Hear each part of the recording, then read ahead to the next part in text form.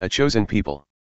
When the Lord your God brings you into the land that you are entering to take possession of it, and clears away many nations before you, the Hittites, the Girgashites, the Amorites, the Canaanites, the Perizzites, the Hivites, and the Jebusites, 7 nations more numerous and mightier than you. And when the Lord your God gives them over to you, and you defeat them, then you must devote them to complete destruction. You shall make no covenant with them and show no mercy to them. You shall not intermarry with them, giving your daughters to their sons or taking their daughters for your sons. For they would turn away your sons from following me, to serve other gods. Then the anger of the Lord would be kindled against you, and he would destroy you quickly. But thus shall you deal with them, you shall break down their altars and dash in pieces their pillars and chop down their Asherim and burn their carved images with fire. For you are a people holy to the Lord your God. The Lord your God has chosen you to be a people for his treasured possession, out of all the peoples who are on the face of the earth. It was not because you were more in number than any other people that the Lord set his love on you and chose you, for you were the fewest of all peoples. But it is because the Lord loves you and is keeping the oath that he swore to your fathers, that the Lord has brought you out with a mighty hand and redeemed you from the house of slavery, from the hand of Pharaoh king of Egypt. Know therefore that the Lord your God is God, the faithful God who keeps covenant and steadfast love with those who love him and keep his commandments, to 1,000 generations. And repays to their face those who hate him, by destroying them. He will not be slack with one who hates him. He will repay him to his face. You shall therefore be careful to do the commandment and the statutes and the rules that I command you today.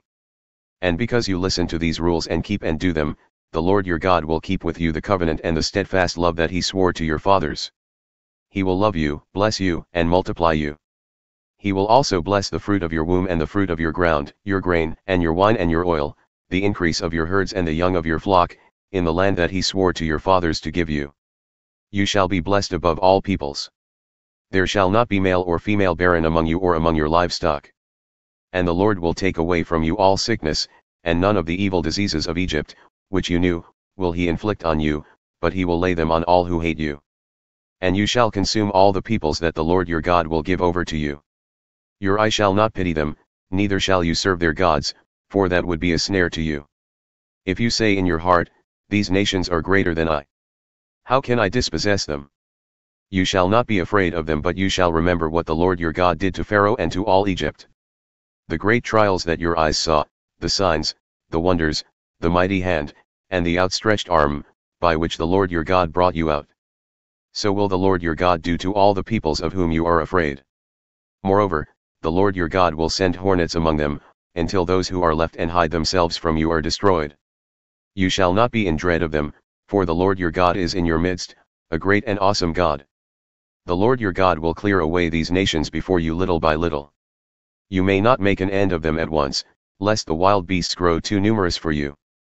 But the Lord your God will give them over to you and throw them into great confusion, until they are destroyed. And he will give their kings into your hand, and you shall make their name perish from under heaven. No one shall be able to stand against you until you have destroyed them. The carved images of their gods you shall burn with fire. You shall not covet the silver or the gold that is on them or take it for yourselves, lest you be ensnared by it, for it is an abomination to the Lord your God. And you shall not bring an abominable thing into your house and become devoted to destruction like it. You shall utterly detest and abhor it, for it is devoted to destruction.